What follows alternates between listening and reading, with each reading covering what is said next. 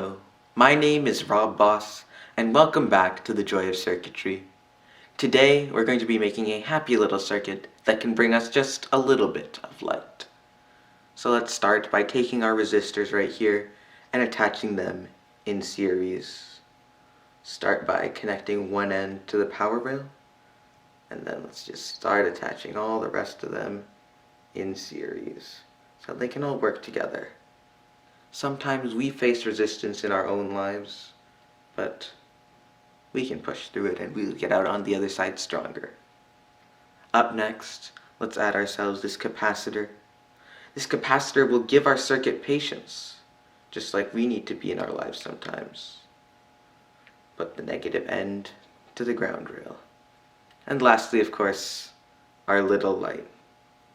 Let's put the positive end right on the resistor and the negative end into the ground rail.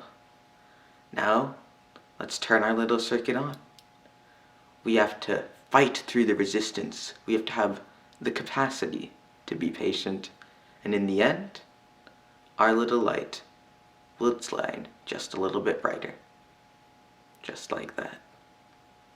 Now, Bob Ross acting aside, this circuit holds a very special significance to me as the first circuit I ever built. I used this circuit in 5th grade where I created a project about how the internet works. To show how calls are transferred across the internet to load web pages on your computer, I created this map using that same circuit, albeit a little bit expanded. It showed the call going all the way to California to the server and then come all the way back to my house to load the web page. I'll let Past Me explain it in a video that I created for that project. Type in tracert again, and then I'm going to type in www.cnn.com. So the trace is complete. I'm going to go to a site where we can see where each server is. The next circuit I created was for my first LEGO League season when I was in 6th grade. During this year, we were tasked with coming up with a solution for a problem that astronauts would face during long-duration space travel. My team focused on the issue of muscle atrophy, which is the degradation of muscles over long-duration spaceflight due to zero gravity. To solve this, we created an elastic suit that would both passively work out muscles through its elastic force and also actively work out muscles using electrodes. The circuit here was using an Arduino, and I designed the circuit so that it could light up and show exactly where the electrodes would be placed in the final design. Additionally, this was the first time that I worked through an intensive engineering design cycle, with our team talking to 2 experts, former Deputy Administrator of NASA and MIT Professor Dava Newman, as well as WPI Professor Greg Fisher, both of whom gave valuable insight which we were able to implement into our final solution.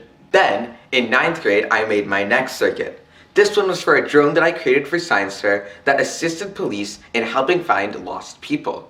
I put together all of the different circuit components and even created my own homemade near-infrared camera to detect the heat signatures of people who were lost. The process of debugging all the code and finally getting the drone to fly was an amazing process that I won't forget anytime soon. And most recently, I made this. It may not look like much, but this is actually a fully functional Arduino-based rocket flight computer that logs data to an SD card from 4 sensors over 20 times per second. I completely designed this from scratch and wrote the code for it, and me and my rocketry club are going to be flying it later this year. Throughout my life, I've grown up with the circuits and they've grown and become more complex along with me. In the future, I hope I can continue to make circuits, but this time at Mass Academy.